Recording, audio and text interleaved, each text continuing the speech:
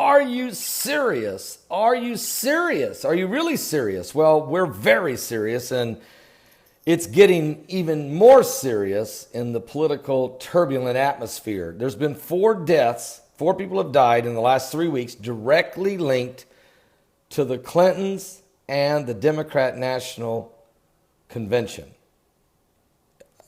This is stunning information, really. But the Crusader Journal, as well as Charisma Magazine, have brought forth a powerful information.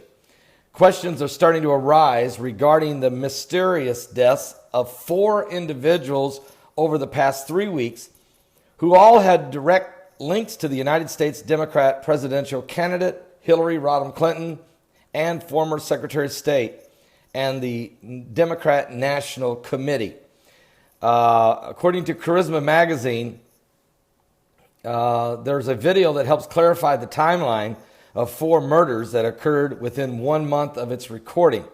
Each of the men who were murdered are directly tied to either the Democrat National Committee or Hillary Clinton or Tim Kaine, the vice presidential candidate. The pattern that emerges from their murders evidence far more than a conspiracy theory. If anything, the pattern shows that someone actually conspired to kill these men because of what they knew and to keep them silent. This is unbelievable information coming from Charisma Magazine. Let me read what it says there. In this is just stunning information. But on June 28th, 2016, Sean Lucas, who had served the Democrat National Committee with a class action lawsuit papers, it cites international emails and memos recently released among the 20,000 emails that were leaked by WikiLeaks, made public before the Democrat National Convention.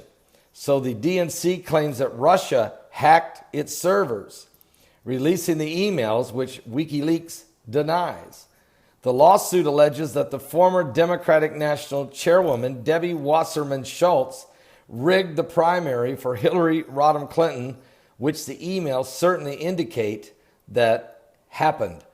Wasserman Schultz and the DNC were fraudulent, it says, negligent, and misrepresented their true motivations in the Democratic presidential primary. Initially, 5 security guards told Sean Lucas he could not meet with anyone.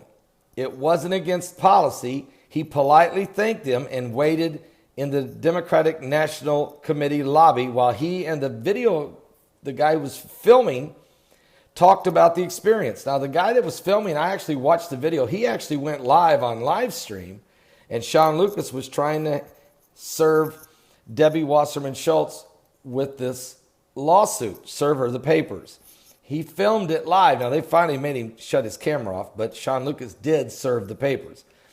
Now, 12 days later, on July 10th, Seth Rich, the DNC director of voter expansion data, he worked for the Democratic National Committee. He was shot several times in the back, 1 block from his home. The police stated his murder was a robbery gone wrong. Rich's wallet, watch, and cell phone were still on him. Nothing was stolen. So the murder still remains unsolved. He was shot dead in the street, just 1 block from his house in a very affluent neighborhood. In response to the lawsuit, the Democratic National Committee filed a motion that mentioned Sean Lucas, but the date doesn't match the recording of the video, which occurred 1 week prior to that. And on July 6th, the plaintiffs filed affidavits of service of process in which Sean Lucas and Brandon Yoshimura of One Source Process claimed to have served Rebecca Christopher, described by the affidavits as the creative strategist, with the process for both the Democratic National Committee and its chair on July 1st. In fact, the person whom Mr. Lucas and Mr. Yoshimura interacted was not Mrs. Christopher, but indeed a different Democratic National Committee employee named Rebecca Harries. Anyway, Sean Lucas is dead. Okay? Sean Lucas is dead. Now, they say that he died Now, you have to understand, before Debbie Wasserman Schultz became the chairwoman of the Democratic National Committee, on July 25th, 2016, the former Joe Montano, the chairman of the Democratic National Committee before Debbie Wasserman, he allegedly died of a heart attack. He's the former chairman. He is dead. And then on August 1st, Victor Thorne, who was found dead on top of a mountain near his home, his death was by gunshot. It's been ruled a suicide officially. But why would he kill himself if he was at the pinnacle of his success? His best-selling book, The Hillary and Bill Trilogy, had just been bought for translation and foreign distribution around the world. It was a best-selling book and getting ready to go worldwide. Why would he go on top of the mountain next to his home and kill himself? That's a question that people can't answer. Thorne is also a well-known investigative journalist whose articles appeared in American Free Press. His books about the Clintons were bestsellers, including Crowning Clinton, that was one of his books. Why Hillary Shouldn't Be in the White House, that was another one. The Political Insider reported that Thorne was recently reporting on the Clintons' involvement with the Minya, Arkansas illegal drug trade. He won't be writing that now. Then on August 2nd, the next day, Sean Lucas was found in the bathroom of his home by his girlfriend. He was dead. All right?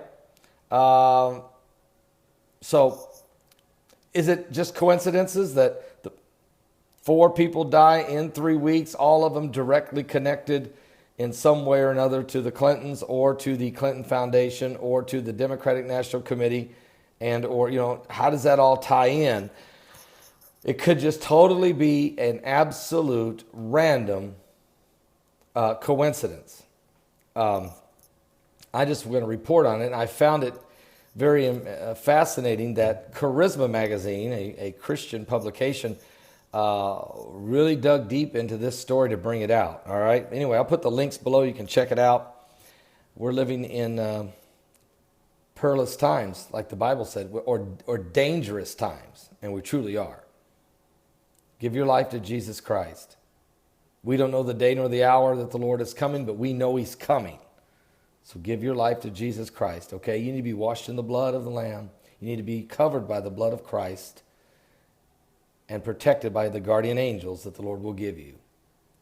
Have faith in God. I'll be back with more in just a moment.